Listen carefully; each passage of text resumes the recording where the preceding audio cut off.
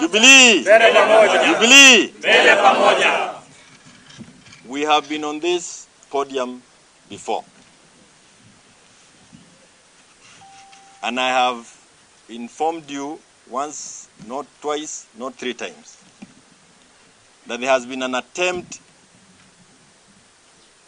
to hijack the Jubilee Party, to demolish the Jubilee Party, to destroy the Jubilee Party. And these attempts started way back in June of last year. When the first attempt was officially made, there was even an attempt to open a Jubilee Asili. Those efforts have not ceased. When we were doing our campaigns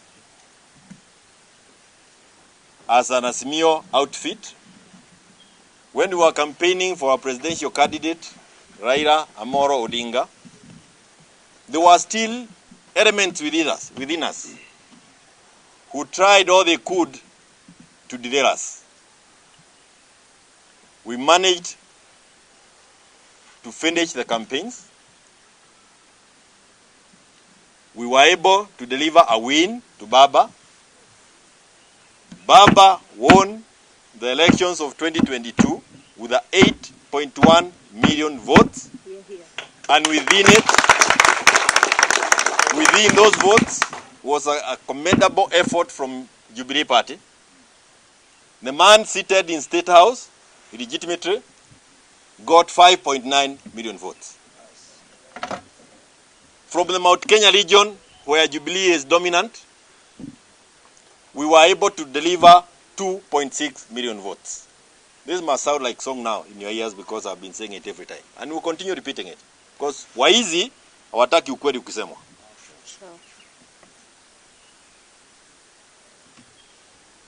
They managed to steal the win of our members of parliament at the Jubilee and other parties.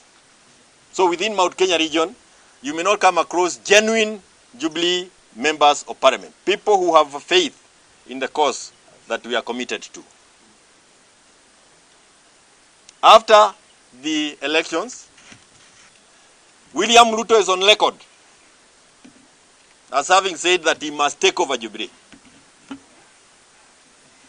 Those attempts, the attempts that you saw, culminating in the meetings that you saw of people at Sarova Hotel in Nakuru.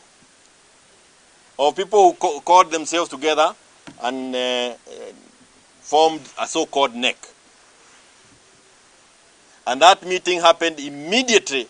The same team visited State House and met William RUTO there. So it's not that we don't know what they have been up to. We know what they have been up to. After the Nakuru, they had been given instructions to finish the meetings, make sure that their Kagaru behavior is done. And from there, they were to go to Naivasha, present their resolutions to William RUTO in Naivasha, where he was meeting the governors, and prepare themselves to be paraded in Nakuru during the prayer rallies. That was a script prepared and executed from State House.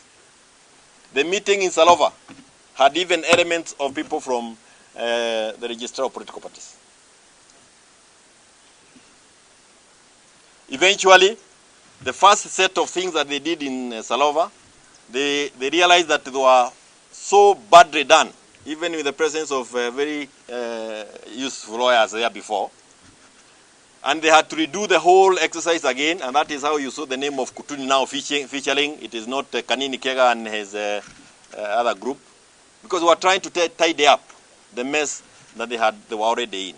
Eventually, they presented some documents to the registrar of political parties. We loaded the registrar of political parties even before their meetings, and we informed the registrar of known attempts to do what these people are doing. After the document was presented to the registrar of political parties, she then communicated to us and said that she has recognized the resolutions and the convening of NEC at Sarova. And we have said this before and we want to repeat again. Our constitution is very clear, the Jubilee constitution. Only the SG and the party leader can call the National Executive Committee. You do not need to have gone to a CBC class to understand the meaning of that provision in the Constitution. But it's amazing that the registrar even went ahead and said that the NEC was properly convened. But if you read the letter from the registrar of political parties, she seemed to want to cover herself by saying that while she has said all that she has done, any move by any of the said individuals required an internal dispute resolution mechanism. Contrary to that, the individuals, of course, took it upon themselves and used the letter to think that they have been given a mandate of moving into offices. What is amazing is that the police officers had the audacity of accompanying individuals to an office, and they were fully armed, 4 Land Cruisers of police officers. And because we belong to a side of political divide in this country that believes in the peace and the need to ensure that we do not shed any drop of blood as we pursue what we are looking for. The many members of Jubilee who are within the compound, I told them, don't resist. Do not resist. If they tell you to move, just move. Why? Because what we are fighting for, the fight for electoral justice, the fight for economic justice for our people, is not listed in a building. It is a spirit. It is in us. And if you want to do anything with that, you have to destroy this body. Forget about the rocks and the rest. And I know we have enough members of Jubilee Party who believe in that cause. Pesa ya kununua na itakuwako. Wale wako na bei waende sokoni iko pale State House. And you can always go to State House with a placard saying, I am worth this amount of money. They will give you the money. Ukifika pale kwa mlangoni, andika yako, bei yako kwa karatasi kama hii, hapa uinue juu, useme bei yangu ni hii, watakupatia. Because what they are doing is that they took away the subsidies ya shule, ya mafuta na kila kitu. Hiyo ndio pesa sasa inatumiwa kuwanunua wale ambao have no character. But we again decided to follow the law. Because as I said, us in Azimio under the leadership of Raila Odinga, understand the law. And of course all the others. We have wote wako hapa. Mheshimiwa Kalonzo Musyoka is with us here. And all the others. Eugene Wamalwa is with us here. And what Baba suffered fighting for was institutions. So we have faith in the institution of the Register of Political Party, a product of the struggle that was done by Baba. We have our judiciary in the manner that it is now constituted, a product of the struggle that was led by Baba, among many others who are not here. It is amazing how some people are entrusted with those offices and quickly degenerate to behaviors that were not known to us before. Really, so as others have said, really chasing wild goose, now you can actually see all that being happened. So we went to court, and we did all that needed to be done. All those individuals you saw here yesterday are individuals that were facing disciplinary action, but the court want to help them out of the disciplinary action by giving them, not the court, the State House wants to overlook all those things and giving them a kind of a through pass. We want to thank those within the judiciary who still believe that there is a country and institutions must be seen to be fair and free. Free and fair. So we presented our case after having exhausted our channels of communication, correspondences, because you must exhaust with the Register of Political Parties. After we had exhausted and we saw that office is not responsive, we then moved to the PDT, That is the political parties dispute tribunal. And this morning, we were issued with an order. The political parties tribunal issued an order to us, myself, Mheshimiwa Murathe, and 2 others. And the order is very clear. This matter coming up before Honorable Desmas Nungo, chairperson, PPDT, on 16th of February 2023, went through and said, it is hereby ordered, among the many other things that are there, where you need to concentrate on is number 5. That pending inter-parties hearing and determination of the application, interim conservatory orders are hereby issued staying the respondent's decision. The respondent is office of the registrar of political parties. Because that's the office we took to court, because they are the ones who are giving misinformed positions.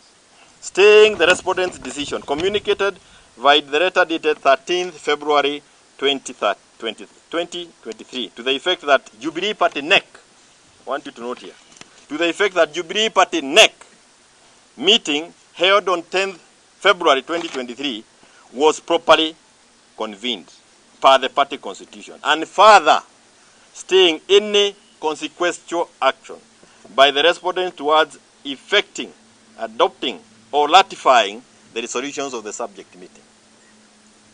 So I was wondering, what were the police officers doing here?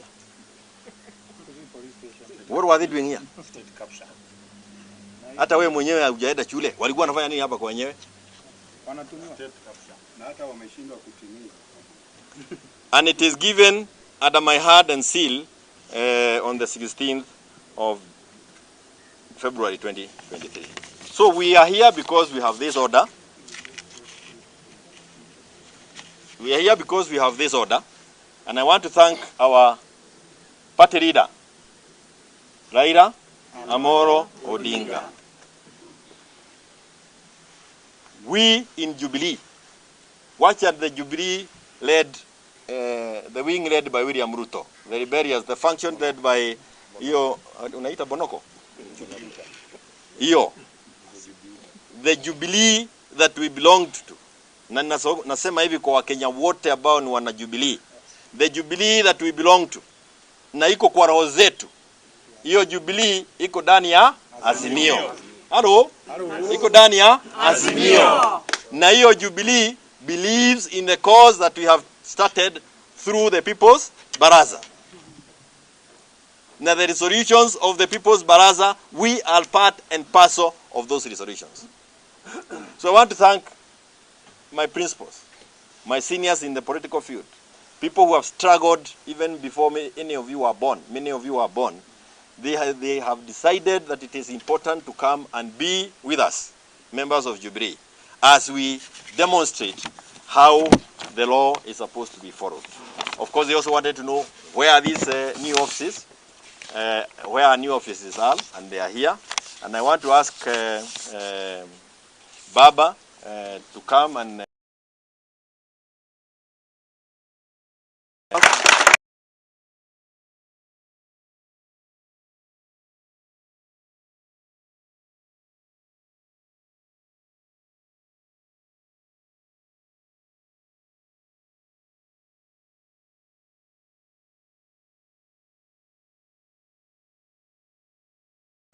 invaded by usurpers of power, those who pretend to be representing the people.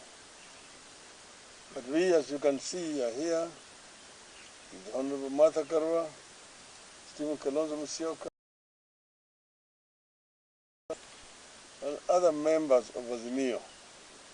We've come to the headquarters of one of our sister parties to show solidarity with members of the Jubilee Party, led by the former President, Honorable UHURU Kenyatta. We have a statement that we want to communicate to the people of Kenya. And I'm going to go ahead and read this statement. We are here to make some quick but extremely important pronouncements on the state of the country, the ongoing actions by the Kenya Kwanza administration, and our plans as Azimio la Umoja One Kenya Coalition Party. First, we want to ask the people of Kenya to wake up. Wake up to the fact that the country is in serious trouble, and there is no reason whatsoever for anyone to imagine that things will get better. Kenyans need to wake up to this sad state of affairs. Everything we ever fought for and won is threatened. Kenya Kwanza administration has launched an all-out assault on our hard-won multi-party democracy. There is an all-out push by the Kenya Kwanza regime to kill other parties, buy and co-opt members of parliament into its ranks, and intimidate and bully all those that resist the administration's illegal, unconstitutional, and anti-democratic maneuvers.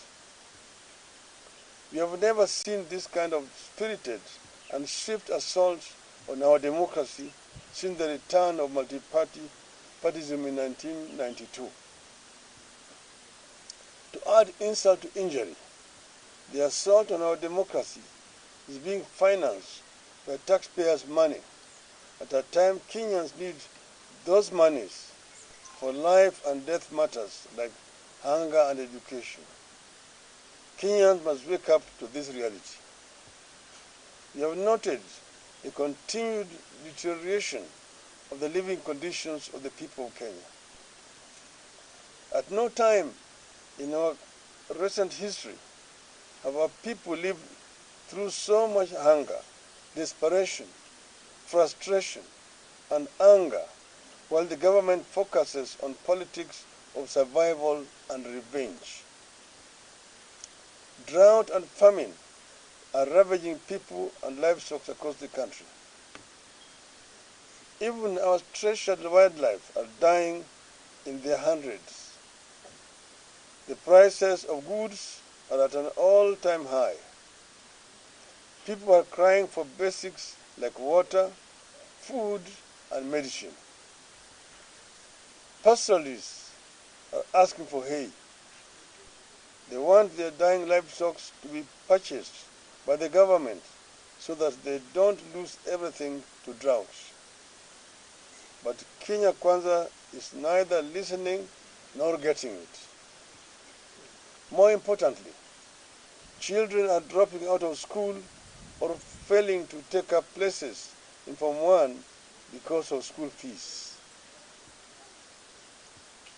We know no time in our recent history when there have been so many reports of qualified candidates appealing for help with fees or failing to take up their places in Form 1. By the regime's own admission, up to 30% of pupils have failed to take up their places in Form 1. That is a monumental failure of the government. That is a monumental national shame. Yet the monies that went into subsidizing secondary education and the cost of basic commodities were withdrawn by the Kenya Kwanza regime and are being channeled at buying political support and killing democracy in the country. It has never happened to this country in recent years. The rule of law and constitutionalism are under serious threat. We have seen the military being deployed in the north without the authority of parliament as prescribed in our constitution. Our constitution is clear that nobody can deploy the military without the express authority of parliament. That deployment taken together with the crackdown on real and imaginary enemies of the regime, including former officials of the Jubilee government, like Dr. Fred Matiang'i, should be of concern to every Kenyan. We are courting disaster. We are feeding a monster from which, in due course, no one will be safe, not even those currently cheering it. We are witnessing an extremely dangerous trend where investigators and prosecutors have merged in our country. When investigators and prosecutors merge, Kenyans should be very afraid because there can never be justice under such circumstances. We are calling out the Director of Public Prosecutions. Mr. Nurdin Haji's conduct is unbecoming. He has become a huge threat to justice, the rule of law, accountability, and good governance in the country. Haji must shape up or be shipped out. We have noted that despite our counsel, the Kenya Kwanza regime is hell-bent on proceeding to unilaterally and single-handedly reconstitute the Independent Electoral and Boundaries Commission. This comes against the backdrop of the earlier illegal forcing out of 4 commissioners who disagreed with Mr. Fuller Chebukati over the presidential election results. A biased and partisan IEBC is being put in place. Kenyans know what such a commission has done to this country before. Once again, we are courting disaster. Kenyans, wake up. As a party, we remain unbowed. We refuse to be intimidated. We will not succumb to blackmail. The threat to our democracy, the regime's don't care attitude to suffering of our people, the attacks on the rule of law and constitutionalism, and the push to silence critical voices at a time the country needs them are our reason to push back. To this end, our people's barazas shall continue. We confirm that we will hold baraza in Kisii tomorrow. We will have a people's baraza in Kisumu the next day, on Saturday. Then we will proceed to Mombasa for the same on Sunday, 26th of February, 2023. In between, we will hold interdenominational prayers at the Jivanji Gardens on Wednesday, 22nd February 2023.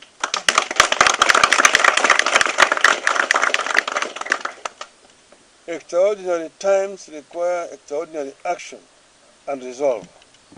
We live in those times and we are prepared to act accordingly. End of statement.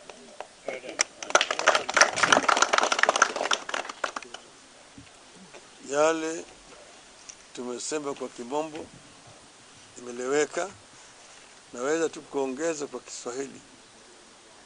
Ati sisi kama wanaazimio tumehuzunishwa sana na hatua ambayo ilichukuliwa na wale wengine ambao walikuwa wanajifanya kama majangili kuja kuvamia kikao kikuu cha chama cha Jubilee hapa.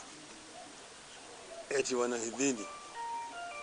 Bahati nzuri ile tribunal ya vyama imesikiza pendekezo ambayo imepelekwa na viongozi wa chama cha Jubilee na wakatoa amri ya kwamba Jubilee iendelee. Na kwa hivyo tumekuja hapa tumesindikiza katibu mkuu wa chama cha Jubilee Mheshimiwa Kioni. Yes. Hapa tumeona vitisho ambayo inatoka kwa serikali ya haramu ya Bwana Ruto na vibaraka vyake. Wanajaribu kurudisha nchi hii chini ya utawala ya chama kimoja. Wanajaribu kuvunja vyama vingine vya kisiasa. Tumeona wabunge ambao walichaguliwa na wananchi ndani ya vyama ambazo ziko chini ya muungano ya Azimio wakipelekwa kwa mnada kule Ikulu. Wengine wanasema ati wanaenda kule kutafuta maendeleo. Hakuna maendeleo Ikulu. Wale wanaenda kushauri tumbo yao.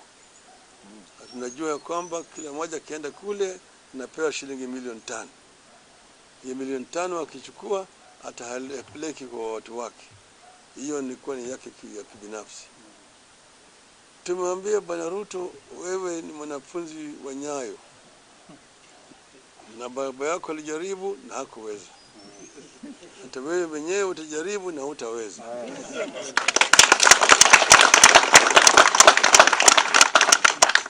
Wakenya wako macho. Wakenya wanajua tumetoka wapi, tuko wapi, na tunaelekea wapi. Wakenya hawezi kukubali kurudishwa katika utawala ya kimabavu ya chama kimoja. Hii demokrasia Wakenya walikufia. Na Wakenya bado wako tayari kumwaga damu kulinda hii demokrasia. Tumesema wametumia jeshi kule kaskazini mwa nchi yetu bila idhini ya bunge. Na hiyo vile vile inakiuka katiba letu. Maana yake jeshi hawezi kupelekwa mahali popote bila bunge kutoa idhini. Wewe unaanza kufanya mambo ya kivyako. Tumeona Wakenya wengi wana shida mingi. Kwa upande ya kiuchumi hali ni mbaya zaidi kwa Wakenya. Kuna watoto wengi ambao walifuzu kwenda kwa shule lakini hawana karo ya shule. Wengi watoto wako nyumbani. Wengine wanalala njaa. Hakuna chakula. Wengine hawezi kupata matibabu. Wengine wanataka matibabu, dawa yenyewe ndio hakuna. Uliona wafugaji wako na shida mingi zaidi kwa mifugo zao. Mifugo zinakufa. Tunasema baada ya serikali kuangalia yale shida ambayo inakumba Wakenya wakati huu, wanafanya kazi ile ambayo haina maana. Kazi ambayo haina maana hata kidogo. Tumeona vile vile wanataka kuunda tume ya uchaguzi kivyao. Wanataka kuweka tume ya uchaguzi ambayo itakuwa inafanya kazi yao vile Chebukati na wenzake walifanya. Wale wanachama wa tume ya uchaguzi 4 ambao walisimamia uhaki wakasema yale matokeo ambayo bwana Chebukati alikuwa anatangaza ni bandia, wamepelekwa nyumbani, wengine wanashtakiwa. Wale ambao walikuwa wanasema ukweli wamepelekwa nje. Na nyinyi yote mnajua mfishwaji alitoa matokeo ya uchaguzi juzi. Akasema yale yote ukweli ambayo yuko juu ya mambo ya uchaguzi. Na kwamba Bwana Ruto alipata kura milioni 5.9. Sisi tulipata milioni 8.1. Kwa hivyo Bwana Ruto ni rais bandia. Rais bandia. Amekaa kule Ikulu bila idhini na sauti ya Wakenya. Tumesema sisi tutaendelea na mikutano zetu ya kuongea na Wakenya. Tutazidi kuongea na Wakenya, tujadiliane na hao ili tujue mwelekeo. Kesho tutaenda kule Kisii County. Tutatoka kule upande ya Keroka, tutaingia Keumbu, mwisho tutaingia Kisii mjini na kuongea na Bagusi siku ya kesho. Kesho kutwa tutakuwa kule Kisumu, UK. Tutaongea na wakaaji wa Kisumu vile vile juu ya mambo ambayo yanaelekea katika taifa letu na maoni yao. Jumapili ijayo tarehe 26 tutakuwa Mombasa na kuongea na wapwani vile vile juu ya mambo ambayo yanaendelea. Lakini siku ya Jumatano ijayo tutakwenda hapa Nairobi katika ile uwanja wa Jivanji hapo Nairobi kwenda kuomba. Tutakuwa na maombi na Wakenya wote siku hiyo. Juzi tumeona siku ile ya wapenzi Bwana RUTO alipeleka watu kule Nyayo Stadium kuomba. Sasa sisi tunasema tunakwenda kuomba kwa Kenya juu ya mambo ya shida ambayo inakumba nchi yetu wakati huu, na vile vile kuomba Mungu atuongoze kwa mwelekeo ili Kenya iweze kutoka katika hali hii, tuende kuvuka, tuingie hali nyingine ambayo tutapata afueni. Kwa sababu ya maombi ya siku hiyo ya Jumatano, siku hiyo ya Jumatano, hii ni tofauti na yale maombi ambayo walifanya kule Nyayo Stadium. Sisi tunauliza wafuasi wetu wote wa Kenya siku hiyo wafike kule. Itakuwa ni maombi ya madhehebu zote na dini zote, interdenominational, Wakristo, Waislamu, Wahindu, wale wa dini ya kienyeji, wote siku hiyo wamealikwa kufika hapo siku hiyo ili tuombe pamoja Kenya iendelee mbele. Asanteni sana.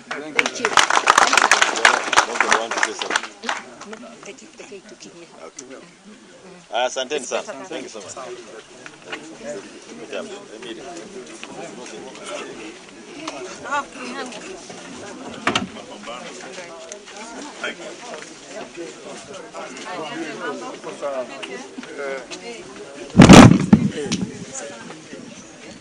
Mugathe. CK.